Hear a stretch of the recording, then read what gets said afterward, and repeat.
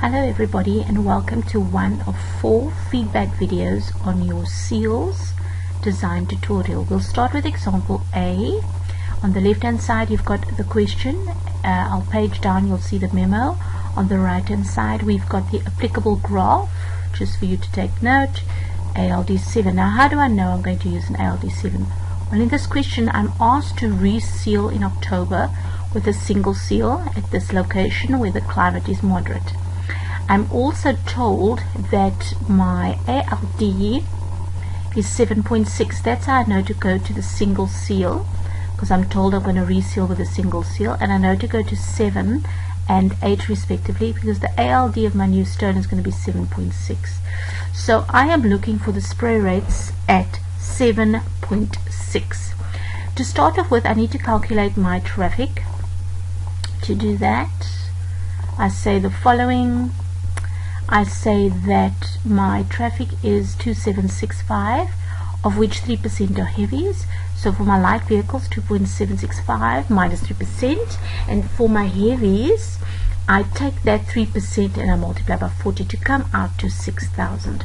So if we just come and look at the chart over here, my CBPR is 1.5, so that will be the graph line I need. And if we just look here a bit to the bottom, is CBPR 1.5, so it's the mustard line. So 6,000 intersecting with the mustard line is approximately 1 millimeter embedment, which I take to the bottom. I've got a texture depth of 0.3 given to me, so 1 minus 0.3 gives me a texture depth of 0.7. I then intersect this with the minimum line, and in this example the minimum value is 0.7. I've determined my texture depth as 0.7, however that falls below the minimum line, so the next applicable reading I can take is the highest value on the minimum line up to this point.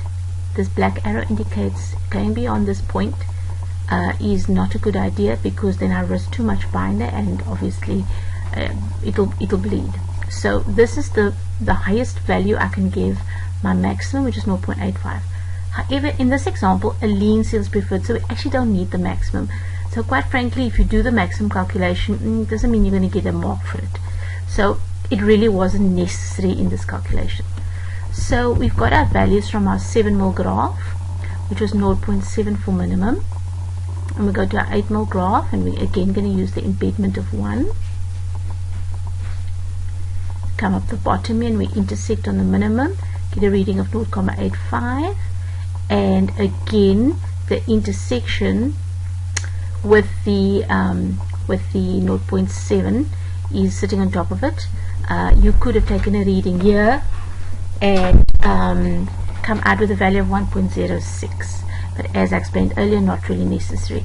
So back to our calculation, where we've got a minimum of 0.7, maximum of 0.85 to determine the minimum value at the juncture of 0.6, as our ALD is 7.6, and we calculate that to be 0.79. So we take this 0.79 and we understand that we're going to be calculating 2 minimum spray rates. One will be a flat rate, the other will be a steep rate, because we've got natural gradient of 6%. So to have a steep rate you must have a flat rate.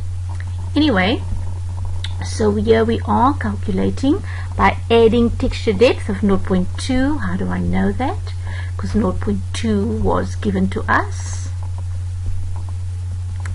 and I then multiply by a hot factor and I get an answer for my flat. And where do I get this hot factor from? I get it from table 7.3. How do I determine that I need 109 as a hot factor? Because I use the description of 180, 150, 200 bitumen, which was given to me in my question here by binder. Sorry, 150, 200. Apologies for that. Anyway, so there's my answer for my flat spray rate. Now when I calculate my my slope,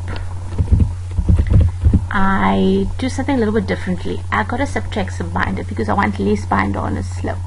So I say 10% of 0.79, that's what I take off. Otherwise the calculation is very similar, but my answer will be less than a flat binder spray rate. So there we go. So So there I've got that so far, and the last thing I need to do is I need to go and determine the stone spread rate. So I come down here to my stone spread rate. I've got an ALD of 7.6, so there we go, up 7.6. My flakiness index, let's just check from the question, what is my flakiness index? 15%, which means I must round up. Okay, so if I just have a look here at the line style, first layer, the line style is a very broken, very small broken line. So there by 7.6 I read up until I just slightly, there's the line style, so it's just above 100. Here's the intersection, so that's 110. So I'd say about 102, 103 meters. Let's make it 103. So that quite frankly answers the question, determine the quantities for the new seal using the design charge.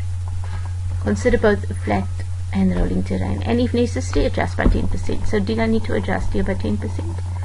Well, not for climate, but certainly for gradient. So the 10% came in handy over here. Alright, and we have a look at the marks, 2, 4, 6, 8, 10, 11, 12. So 12 marks.